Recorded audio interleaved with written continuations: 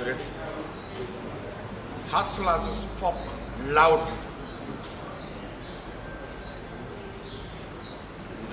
in September last year, and the President of the Republic of Kenya, His Excellency Dr. William Ruto, was sworn in with the promise that the hustlers, the cost of living, the cost of government services is going to be reduced tremendously. Last week, the CS for Interior, equally the CS for Lands, issued gazette notices to the effect that the cost of government services was increased tremendously. A hustler by the name Fred Vikari walked to us and said, "This is not what we voted for the Kenya Kwanza government for." Of particular are 7 issues that he instructed us to raise. 1, the criminalization of marriage. Article 45 of the Constitution provides for the right to have a family. Government now has decided to make it too expensive for people to marry. Where will the hustlers who earn peanuts get the money to get a marriage certificate? Where do the hustlers who cannot be accepted after seduction in Kenya here, they can only be accepted by women from Uganda, Tanzania, Ethiopia? It is double expensive. Mambo ya roho.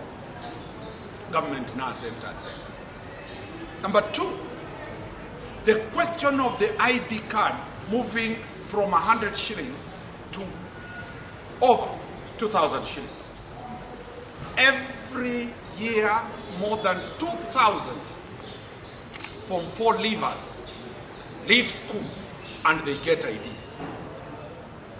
So we are talking of more than 2 million Kenyans every year will not afford to have an ID, and in essence, by 2027, more than 10 million voters will not have registered the right to vote.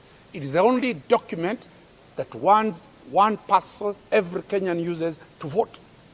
Will Kenyans afford this? The third issue is the issue of passports.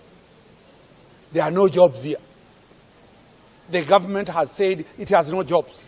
Kenyans get passport, go out of the country. They have made the cost of a passport beyond reach of a citizen. We have very many issues within that petition. Mothers who are Kenyans who give birth outside this country, bringing that kid to this country, which below where the kid is a citizen, is going to be very expensive. How will those kids who are Kenyans born outside the Republic of Kenya, is it now that we are saying, let us chase them away from coming into the country? That is a very, very critical issue that the state needs to look at. In sum total, Article 10 of the Constitution demands for public participation. Article 10 of the Constitution demands for transparency. Article 10 of the Constitution demands involvement of the public. Article 1 of the Constitution, which gives Bikeri the power, says we the people must be consulted. The government never consulted we the people.